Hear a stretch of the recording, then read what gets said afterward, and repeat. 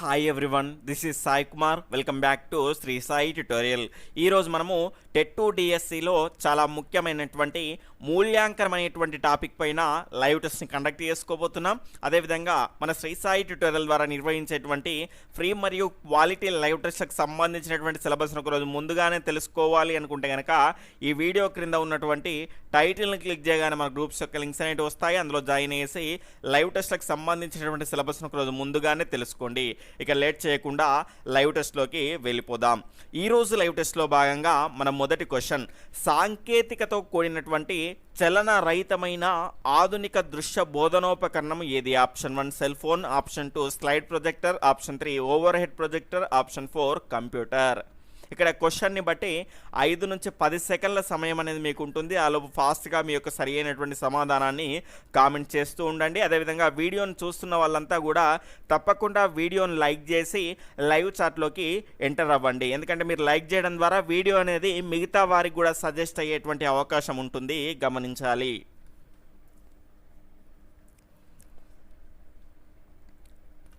ఇక్కడ దీని యొక్క సరి అయినటువంటి సమాధానం ఆప్షన్ 3 ఓవర్ హెడ్ ప్రొజెక్టర్ అండి. ఈ రకమైనటువంటి నిర్వచనం అనేది గత ఎగ్జామ్లో రావడం కూడా జరిగింది. సాంకేతికతో కూడినటువంటి చలన రహితమైనటువంటి ఆధునిక దృశ్య బోధనోపకరణం ఏది అంటే ఓవర్ హెడ్ ప్రొజెక్టర్ అండి.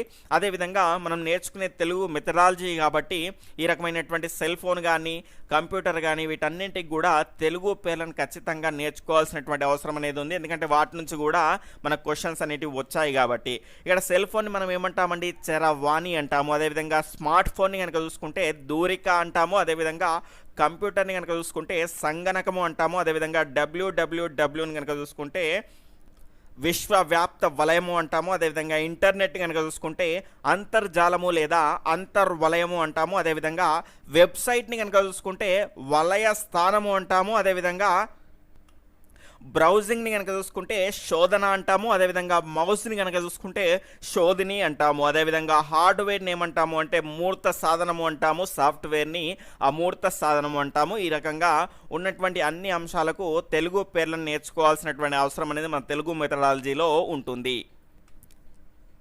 తర్వాత రెండవ క్వశ్చన్, తరగతి గదిలో ఉపాధ్యాయులు బోధించిన అంశాలను విద్యార్థులు ఎంతవరకు గ్రహించారు అని అంచనా వేయడానికి ఉపయోగపడేది? ఆప్షన్ 1 నికష, ఆప్షన్ 2 మదింపు, ఆప్షన్ 3 మూల్యాంకనం, ఆప్షన్ 4 పరీక్ష.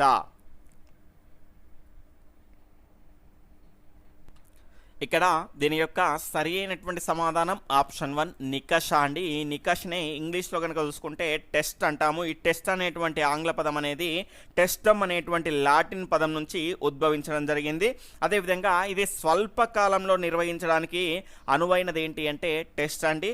దీనికి సంబంధించి ముందస్తు సమాచారం ఏమీ ఇవ్వడం ఉండదు కాబట్టి ఖచ్చితంగా ఇది స్వల్ప కాలంలోనే ఉపాధ్యాయుడు అప్పటికప్పుడే నిర్వహించేదాన్ని మనం ఏమంటాము అంటే నికష అంటాము. తరగతి గదిలో ఉపాధ్యాయులు బోధించినటువంటి అంశాలను విద్యార్థులు ఎంతవరకు గ్రహించారు అని అంచనా వేయడానికి ఉపయోగపడేది ఏంటండి? నికష. తర్వాత మూడవ క్వశ్చన్, క్రింది వాటిలో సరైనవి ఏవి? ఇక్కడ స్టేట్మెంట్ 1 నికషలు సాంప్రదాయబద్ధమైనవి. స్టేట్మెంట్ 2 ఇవి స్వల్పకాలంలో నిర్వహించడానికి అనువైనది. ఇక్కడ ఆప్షన్ 1 1, 2, ఆప్షన్ 2 1 మాత్రమే, ఆప్షన్ 3 2 మాత్రమే, ఆప్షన్ 4 ఏదీ కాదు.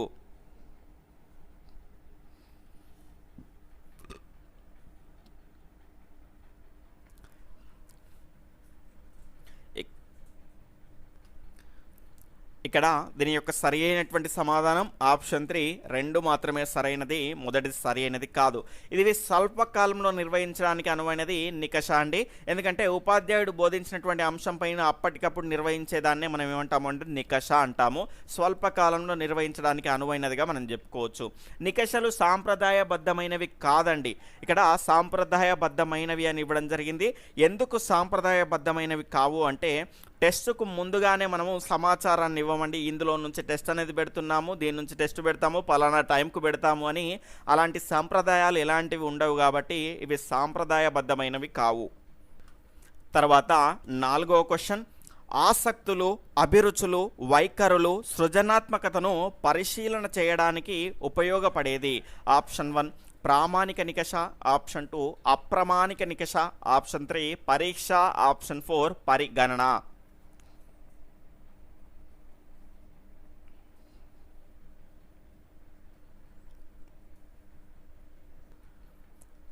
ఇక్కడ దీని యొక్క సరి అయినటువంటి సమాధానం ఆప్షన్ 1 ప్రామాణిక నికష అండి. ఈ నికషలో కనుక చూసుకుంటే రెండు రకాలు ఉంటాయి. అదొకటి ప్రామాణిక నికష, రెండవది అప్రమాణిక నికష.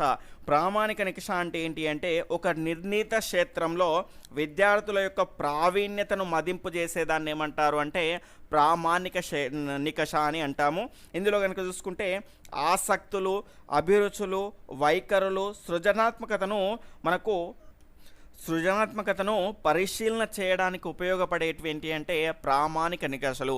అదేవిధంగా అప్రమాణిక నికషలు అంటే విద్యా విషయక ఉపలబ్ధిని తెలియజేసేటి, అంటే అభ్యసనలో విద్యార్థి పొందినటువంటి అర్జన అంటే ఎంతవరకు అతను పొందగలిగిండు అని తెలియజేసేది ఏంటి అంటే అప్రమాణిక నికష అండి.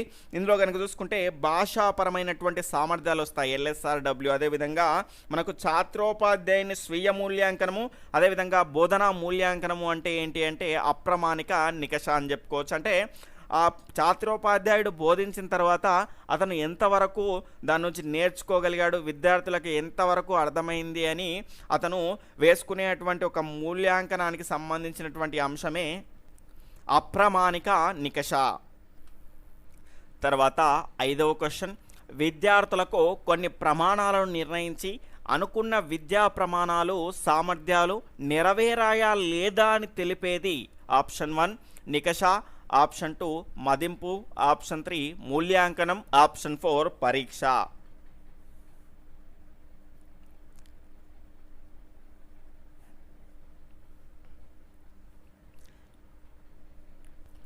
ఇక్కడ దీని యొక్క సరి అయినటువంటి సమాధానం ఆప్షన్ 4 పరీక్ష అండి. ఇక్కడ విద్యార్థులకు కొన్ని ప్రమాణాలను నిర్ణయించి అనుకున్నటువంటి ఆ విద్యా ప్రమాణాలు లేదా సామర్థ్యాలు నెరవేరాయా లేదా అని తెలుసుకునేది ఏంటి అంటే పరీక్ష అంటాము. నికష అంటే ఏంటి అంటే విద్యార్థులలో సాధించినటువంటి సామర్థ్యాలు ఉపాధ్యాయుడు బోధించడం వల్ల అప్పటికప్పుడే టెస్ట్ చేయడానికి ఉపయోగపడేది ఏంటి నికష. అలా కాకుండా కొంత నిర్ణీత కాలం బోధించిన తర్వాత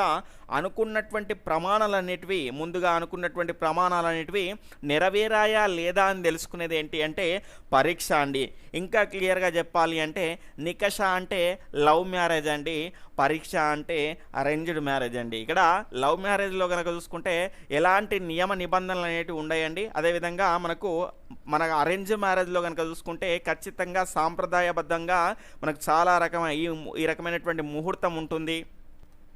పెళ్ళికి ముందు చేయాల్సినటువంటి చాలా రకాల కార్యక్రమాలు ఉంటాయి, అంటే నియమ నిబంధనలు కలిగి ఉంటాయి. ఈ నికష అనేటివి నియమ నిబంధనలు అనేటివి అంటే సాంప్రదాయబద్ధంగా ఉండవు. ఈ పరీక్షలు అనేటివి సాంప్రదాయబద్ధంగా ఉంటాయి. తర్వాత 6వ క్వశ్చన్, క్రింది వాటిలో పరీక్షకు సంబంధించి సరికానిది ఏది? ఇక్కడ స్టేట్మెంట్ 1 ఇవి సాంప్రదాయబద్ధమైనవి, స్టేట్మెంట్ 2 ఒక నిర్ణీత కాలం బోధించిన తర్వాత పరీక్షించేవి. ఆప్షన్ 1 1, 2, ఆప్షన్ 2 1 మాత్రమే, ఆప్షన్ 3 2 మాత్రమే, ఆప్షన్ 4 ఏదీ కాదు.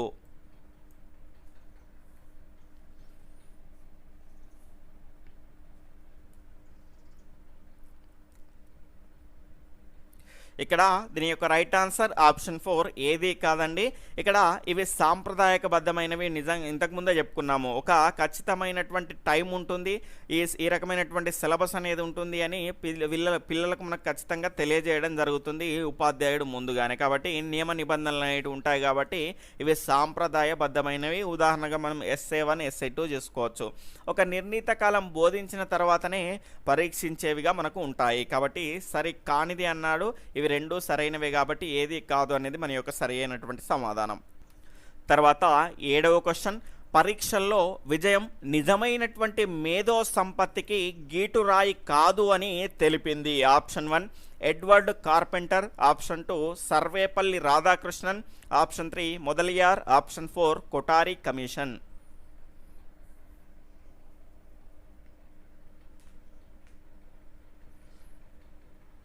ఇక్కడ దీని యొక్క సరి అయినటువంటి సమాధానం ఆప్షన్ 1 ఎడ్వర్డ్ కార్పెంటర్ అండి. ఇక్కడ ఈ రకమైనటువంటి నిర్వచనాన్ని బట్టి పట్టకుండా సులభంగా ఏ రకంగా గుర్తుపెట్టుకోవాలి అంటే కార్పెంటర్ అంటే మనకి ఇక్కడ చెక్కకు సంబంధించినటువంటి కళాకారుడే కదండి.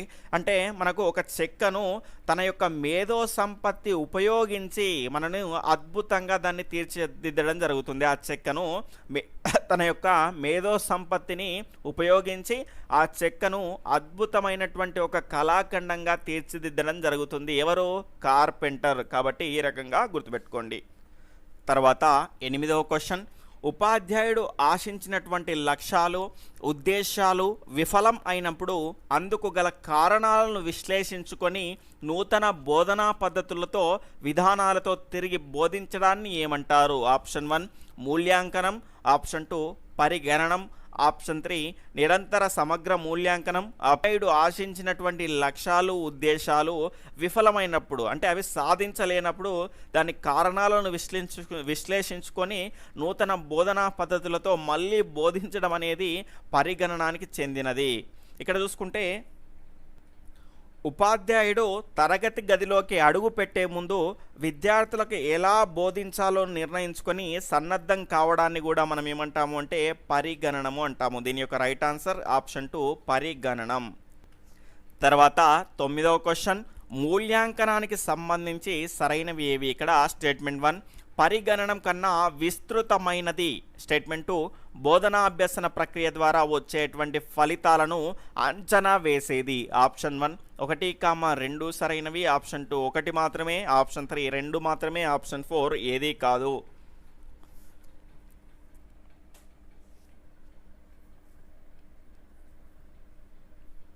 ఇక్కడ దీని యొక్క రైట్ ఆన్సర్ ఆప్షన్ 1 1, 2 అండి. ఇక్కడ పరిగణనం అంటే మనం ఆల్రెడీ ఇంతకు ముందే నేర్చుకున్నాం.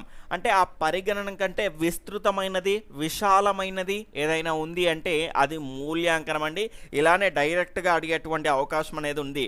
పరిగణనం కన్నా విస్తృతమైనది విశాలమైనది ఇంకా సమగ్రమైనది అని గిట్లా అడిగాడు అనుకోండి, మనకేమవుతుంది అంటే అది మూల్యాంకనం అవుతుంది. బోధన అభ్యసన ప్రక్రియ ద్వారా వచ్చేటువంటి ఫలితాలను అంచనా వేసేదాన్ని మనం ఏమంటాము అంటే మూల్యాంకనము అంటాము. ఒకదానికొకటి దగ్గరి సంబంధాలుగానే ఉన్నట్టుగా ఉంటాయి కానీ నిర్వచనాలు మాత్రం వేరువేరుగా ఉంటాయి. మనకి ఇక్కడ నికష, దాని తర్వాత పరీక్ష, తర్వాత పరిగణనం, మూల్యాంకనం ఈ రకమైనటువంటి అంశాలు, అదేవిధంగా మాపనం అనేటువంటి చిన్న చిన్న అంశాలపైన కూడా మనకు 2018 డిఎస్సిలో కనుక చూసుకుంటే ఏపీలో చాలా సెట్లు జరిగాయి కాబట్టి క్వశ్చన్స్ అనేటివి చాలా ఎక్కువగా వచ్చాయండి. వీటి నుంచి కూడా చిన్న చిన్న అంశాల నుంచే, కాబట్టి ప్రతి అంశాన్ని మనం నేర్చుకోవాలి.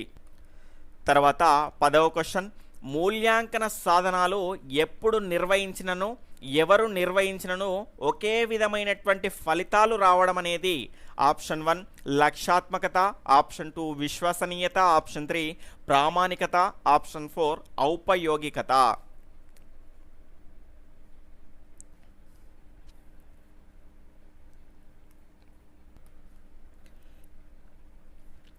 ఇక్కడ దీని యొక్క రైట్ ఆన్సర్ ఆప్షన్ 2 విశ్వసనీయత అండి. మూల్యాంక సాధనాలు అంటే ఎప్పుడు నిర్వహించినా కూడా ఒకే రకమైనటువంటి, అదేవిధంగా ఎవరు నిర్వహించినా కూడా ఒకే రకమైనటువంటి ఫలితాలు వచ్చినాయి అనుకోండి, దాన్ని ఏమంటాము అంటే విశ్వసనీయత అంటాం. మరి లక్ష్యాత్మకత అంటే ఏంటి అంటే ఆ ప్రశ్నాపత్రంలో ఉన్నటువంటి సమాధానాలను ఏ విధంగా లెక్కగట్టినా కూడా విలువలు అనేటివి ఒకే విధంగా లేదా స్థిరంగా ఉండడాన్ని మనం ఏమంటాము అంటే వస్తునిష్టత లేదా లక్ష్యాత్మకత అని అంటామండి. అదేవిధంగా ప్రామాణికత అంటే ఎగ్జామ్ని దేనికోసం పెడుతున్నామో అది ఉంటే దాన్ని ప్రామాణికత అంటాము. ఔపయోగికత అనేది ఎగ్జామ్ సెంటర్లో ఉపయోగించే విధంగా ఉండాలి మనం తయారు చేసినటువంటి ప్రశ్నాపత్రం అండి. అంటే ఇక్కడ ఎక్కువ మార్కులు వచ్చే విధంగా ఉండకూడదు, అదేవిధంగా చాలా తక్కువ మార్కులు వచ్చే విధంగా ఉండకూడదు. ఆ రకంగా ఉండే విధాన్ని మనం ఏమంటామంటే ఔపయోగికత అంటాము. తర్వాత 11వ క్వశ్చన్, క్రింది వాటిలో పరిమాణాత్మకమైనది ఏది? ఆప్షన్ 1 మదింపు, ఆప్షన్ 2 మాపనం, ఆప్షన్ 3 నికష, ఆప్షన్ 4 పరిగణన.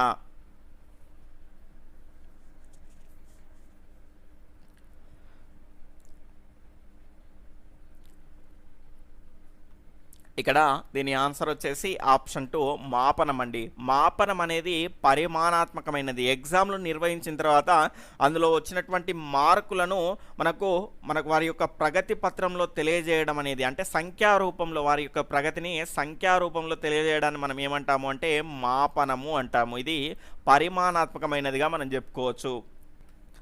తర్వాత 12వ క్వశ్చన్, నాన్ డిటెక్షన్ పద్ధతికి సంబంధించి సరైనవి. ఇక్కడ స్టేట్మెంట్ 1, దీన్ని ప్రవేశపెట్టిన వారు కాసు బ్రహ్మానందరెడ్డి. ఆప్షన్ 2, ఈ విధానం 21 సెప్టెంబర్ 1971లో ప్రవేశపెట్టబడింది. స్టేట్మెంట్ 3, ఈ విధానం GOMS 1718 ద్వారా ప్రవేశపెట్టడం జరిగింది. స్టేట్మెంట్ 4, ఈ పద్ధతిని మొదలియార్ కమిషన్ సూచించడం జరిగింది. ఆప్షన్ 1, 1, 2, 3 సరైనవి. ఆప్షన్ 2, 1, 3 మాత్రమే సరైనవి. ఆప్షన్ 3, 2, 4 మాత్రమే సరైనవి. ఆప్షన్ 4 పైవన్నీ కూడా సరి అయినవే.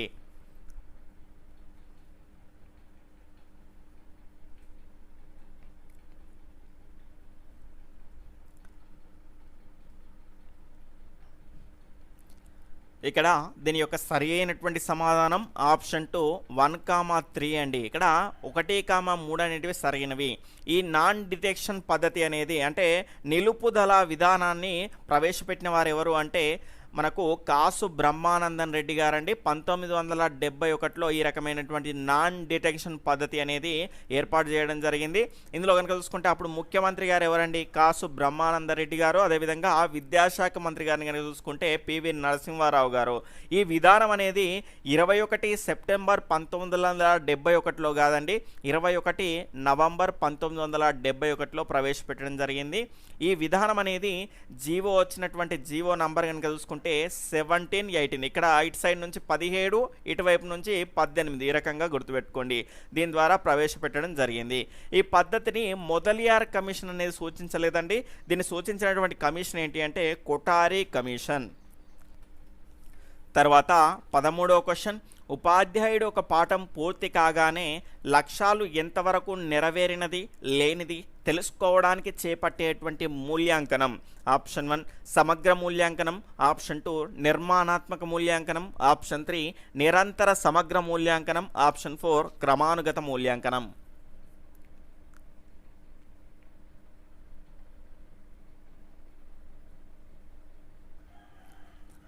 ఇక్కడ దీని యొక్క రైట్ ఆన్సర్ ఆప్షన్ 2 నిర్మాణాత్మక మూల్యాంకనం అండి. దీన్నే మనం ఏమంటాము అంటే రూపణ మూల్యాంకనం అని కూడా అంటాము.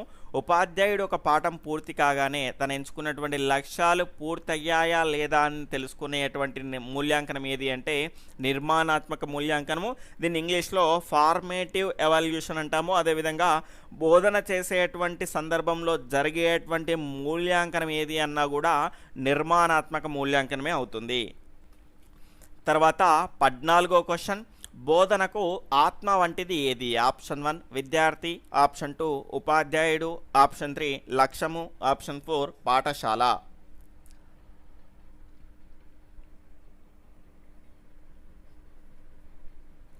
ఇక్కడ దీని యొక్క రైట్ ఆన్సర్ ఆప్షన్ 3 లక్ష్యము అండి. ఇక్కడ విద్యార్థి ఉన్నా, ఉపాధ్యాయుడు ఉన్నా, పాఠశాల ఉన్నా కూడా బోధనకు అవసరమైనటువంటి లక్ష్యము లేకుంటే దేని ఆధారంగా మనం బోధన చేస్తామండి? మనం ఒక లక్ష్యాన్ని ఏర్పాటు చేసుకొని ఆ లక్ష్య సాధన కోసం చేసేదాన్నే మనం ఏమంటాము అంటే బోధన అంటాము. కాబట్టి బోధనకు ఆత్మ వంటిది ఏమవుతుంది? లక్ష్యం అవుతుంది. తర్వాత 15వ క్వశ్చన్, నిరంతర సమగ్ర మూల్యాంకనంని ఎక్కడ నిర్వహించాలి? ఆప్షన్ 1 తరగతి గదిలో, బడిలో, ఇంటిలో, గుడిలో. ఆప్షన్ 2 తరగతి గదిలో. ఆప్షన్ 3 తరగతి గది బయట. ఆప్షన్ 4 తరగతి గది లోపల బయట. ఇది తెలంగాణ టీఆర్టీలో ప్రీవియస్ క్వశ్చన్ అండి. 2017 డిఎస్సిలో వచ్చినటువంటి క్వశ్చన్గా మనం చెప్పుకోవచ్చు.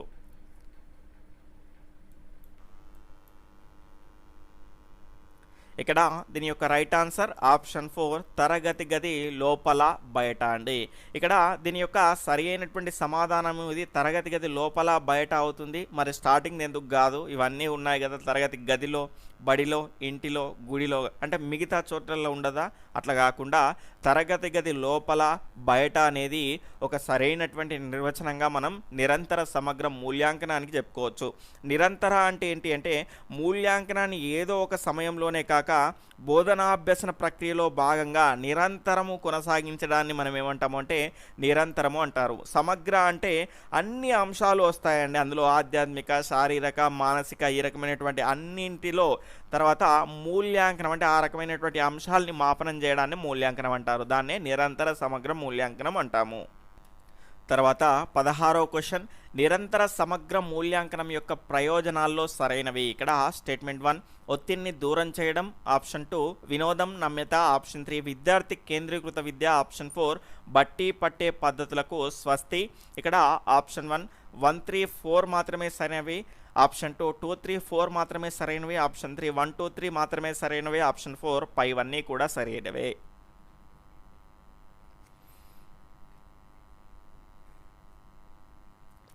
ఇక్కడ దీని యొక్క సరి అయినటువంటి సమాధానం ఆప్షన్ 4 పైవన్నీ కూడా సరైనవే అండి. ఇక్కడ కొంత డౌట్ రావచ్చు వినోదము నమ్యత దగ్గర, దాన్ని మనం ఎక్స్ప్లెయిన్ చేసుకుందాం. నమ్యత అంటే ఏంటి అంటే ఒక మూల్యాంకన విధానం తమ పాఠశాల అవసరాలకు విద్యార్థుల యొక్క అవసరాలకు తగినట్లుగా ఉంటే దాన్ని ఏమంటాము అంటే నమ్యత. ఇంగ్లీష్లో మనకు ఈజీగా అర్థమవుతుంది, దాన్ని ఏమంటామంటే ఫ్లెక్సిబిలిటీ అంటామండి. ఫ్లెక్సిబిలిటీని ఏమంటాము, నమ్యత అంటాము. అదేవిధంగా ఈ మూల్యాంకనంలో భాగంగా సహపాఠ్య కార్యక్రమాల్లో కనుక చూసుకుంటే ఆటల్లో కూడా మూల్యాంకనం చేయడం జరుగుతుంది కాబట్టి ఖచ్చితంగా అభ్యసనంలో ఆనందం అనేది ఉంటుంది. కాబట్టి ఆనందాన్ని మనం ఏమంటాము, వినోదము అంటాము. కాబట్టి ఈ వినోదము నమ్యత కూడా ఉంటుంది. ఇవన్నీ మనకు తెలుసు. ఒత్తిడిని దూరం అంటే పరీక్షలు ఉన్నాయి కాబట్టి ఒత్తిడి అనేది ఉండదు. విద్యార్థి కేంద్రీకృత విద్యగా మనం చెప్పుకోవచ్చు. బట్టి పట్టేటువంటి పద్ధతులకు స్వస్తి చెప్పవచ్చు, ఎందుకంటే పరీక్షలు అనేటివి ఉండవు కాబట్టి. సారీ అండి, ఇక్కడ పరీక్షలు అనేటివి ఉండవి అనడం జరిగింది. పరీక్షలు ఉండడం కాదు, పరీక్షల ఒత్తిడి అనేది ఉండదు. ఒత్తిడి అనేది ఉండడం ద్వారా ఉండకపోవడం వల్ల పిల్లల యొక్క ఆలోచన విధానాన్ని మనకు పట్టే ఆలోచన విధానాన్ని పెంపొందించడానికి అవకాశం ఉంటుంది. కాబట్టి ఇక్కడ బట్టి పట్టేటువంటి పద్ధతులకు స్వస్తి చెప్పచ్చు. అదేవిధంగా ఇక్కడ ఒత్తిడిని దూరం చేయవచ్చు. ఎట్లా అంటే పరీక్షల ఒత్తిడి ఉండకపోతే ఖచ్చితంగా ఉన్నదే పిల్లల మీద ఒత్తిడి ఏంటిదండి, పరీక్షలు. కాబట్టి ఆ ఒత్తిడి అనేది తగ్గుతుంది, ఎందుకంటే గ్రేడింగ్ విధానం అనేది ఇందులో ఉంటుంది కాబట్టి. తర్వాత 17వ క్వశ్చన్, విద్యారంగంలో గ్రేడింగ్ విధానాన్ని ప్రతిపాదించినది ఎవరు? ఇక్కడ option 1 Kothari commission, option 2 Mudaliar commission, option 3 Eshwari Bai committee, option 4 జాతీయ విద్యా విధానం.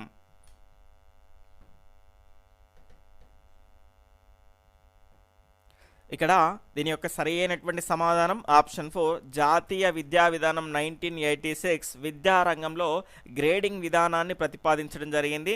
దీని ద్వారా మనకి ఇక్కడ 79 మార్కులు వచ్చిన, దాని తర్వాత 60 మార్కులు వచ్చిన వీళ్ళిద్దరూ ఒకే రకమైనటువంటి కోవకు చెందే విధంగా ఉంటారు. అంటే ఎగ్జాంపుల్గా చెప్తున్నాను, అంటే ఇక్కడ మార్కుల ఒత్తిడి అనేది ఉండదు ఈ గ్రేడింగ్ విధానం ద్వారా.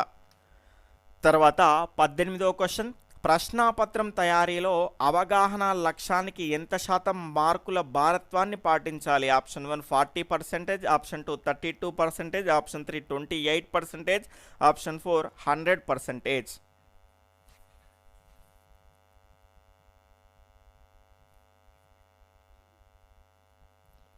ఇక్కడ దీని యొక్క సరి అయినటువంటి సమాధానం ఆప్షన్ 1 40% అండి. ప్రశ్నాపత్రం తయారీలో కనుక చూసుకుంటే అవగాహన లక్ష్యానికి ఎంత శాతం మార్కులు కేటాయించాలి అంటే 40% మార్కులు. తర్వాత 19వ క్వశ్చన్, క్రింది వాటిలో సరైనవి ఏవి? ఇక్కడ స్టేట్మెంట్ 1 లక్ష్యాత్మక ప్రశ్నలు విశ్వసనీయత, ప్రామాణికత, వస్తునిష్టత అనేటువంటి గుణాలు కలిగి ఉంటాయి. స్టేట్మెంట్ 2 వ్యాసరూప ప్రశ్నల్లోని లోపాలను తొలగించేవి లక్ష్యాత్మక ప్రశ్నలు. ఆప్షన్ 1 1, 2, ఆప్షన్ 2 1 మాత్రమే, ఆప్షన్ 3 2 మాత్రమే, ఆప్షన్ 4 ఏదీ కాదు.